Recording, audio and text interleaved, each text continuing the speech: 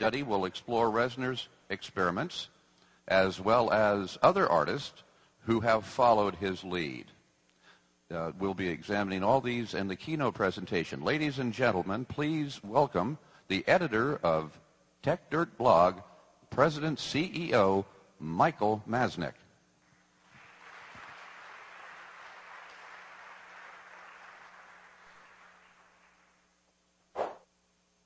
All right. Good morning, everyone. Here we go. By way of introduction, let me get the microphone a little bit better set up there. My name is Mike Masnick. As mentioned, I work for a company named Floor 64. My slide's not advancing here, so there we go. We do something where we help generate insights for all different companies for a variety of different reasons. But I'm probably most well known for writing for the blog TechDirt, which looks something like this. I often write about the music industry, and specifically have written a lot about Trent Reznor and the various business model experiments that he's done over the years. And that led to this presentation called How Trent Reznor and Nine Inch Nails Represent the Future of the Music Business. I first presented a version of this presentation at MedemNet in January, and that got a little bit of attention online. Here at the Leadership Music Digital Summit, there's some good news if you happen to have seen that presentation or if you haven't. That presentation was only 15 minutes long. It was only 280 slides. In this case, they gave me 25 minutes, which meant I could add an extra 160 slides. So it's 440 slides. So I figured it's early in the morning and we want to keep everyone awake. So if I keep going at a fast enough pace, it'll keep your attention. And don't worry, we've already gone through 25. So I assume most of you are counting. So anyway, so as I said, this is the extended and hopefully improved version of that presentation, How Trent Reznor and Nine Inch Nails Represent the Future of the Music Business. The extended and enhanced part of that presentation gets cut off a little bit at the bottom. Sorry about that. Is how other musicians are making this work as well, because that's one of the big questions that was raised from the original presentation. All right, let me get started into the meat of the presentation. Chapter 1, whether it was on purpose or not, and I honestly have no idea how well thought out it was originally. I think these days it's definitely being carefully thought out. Trent Reznor seems to have figured out the secret behind successful music business models these days. And it starts out with something that I refer to as CWF. That stands for Connect with Fans. You add to that RTB, a reason to buy. You put that together and you have the business model. Wow, that sounds really, really simple, right? Connect with fans, give them a reason to buy. But the most interesting and amazing thing is how difficult this has been for so many folks in the recording industry, and how many different ways and how many interesting ways Trent Reznor has shown ways to make this actually work. And it started even back when he was signed to a major record label. He was using this very model to do some interesting and different things. It started with the album Year Zero, which was released in 2007, still on a major record label. For the launch, he connected with fans by setting up an internet scavenger hunt, or what's referred to as an alternative reality game. It actually started based on the concert T-shirt that he had from his 2007 tour. It's really difficult to see, but some of the letters in the cities are highlighted. And if you take the highlighted letters and spell them out, it reads, I am trying to believe, and someone got the T-shirt, figured that out, and added a little .com to the end, and went to IamTryingToBelieve.com and got sucked into this really fun and interesting alternative reality game. And it was a way of enhancing the overall experience and connecting with the fans beyond just the music. And it did so in a way that really got fans engaged and energized and excited about the music and everything having to do with Nine Inch Nails. And it made everyone happy, except actually for his record label. And that's because part of what he was doing was he took music from the new album, put it on a USB key, and then dropped it in the bathrooms of the various concerts that he was playing.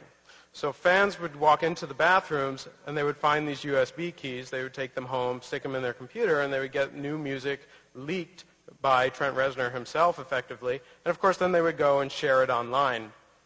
And what happened was those fans were certainly much more engaged and energized and excited about all the music, but unfortunately it upset I guess our sponsors, the RIIA, so I apologize for that. But they sent takedown notices to the folks who had shared the music that Reznor himself had leaked. Takedown notices are not connecting with fans. It's actually about limiting and annoying those fans. But Trent Reznor focused on still giving people a reason to buy. When they released the actual physical CD, there was a neat little gimmick, which was that when you put it into the CD player and it would get warm, it would change colors. That's a little bit of a gimmick, but it's something that's neat, and you can't duplicate changing colors with an MP3. It actually gives people a real reason to buy the physical CD. All right, that was Chapter 1. Chapter 2, after the year 0, he was no longer on a major record label, so he had entered what is supposedly the vast wasteland of the music business. But it wasn't a problem for him because he knew how to connect with fans, give them a reason to buy, and it started with the album he released about a year ago called Ghosts 1 through 4. He connected with fans by giving them different options in terms of how they could interact with him and the music, and he gave them a reason to buy by actually adding value beyond just the music. I'll run through sort of some of what he did here. It started with a free download. The entire album had 36 tracks on it, but the first 9 you could download directly for free, high quality, no DRM.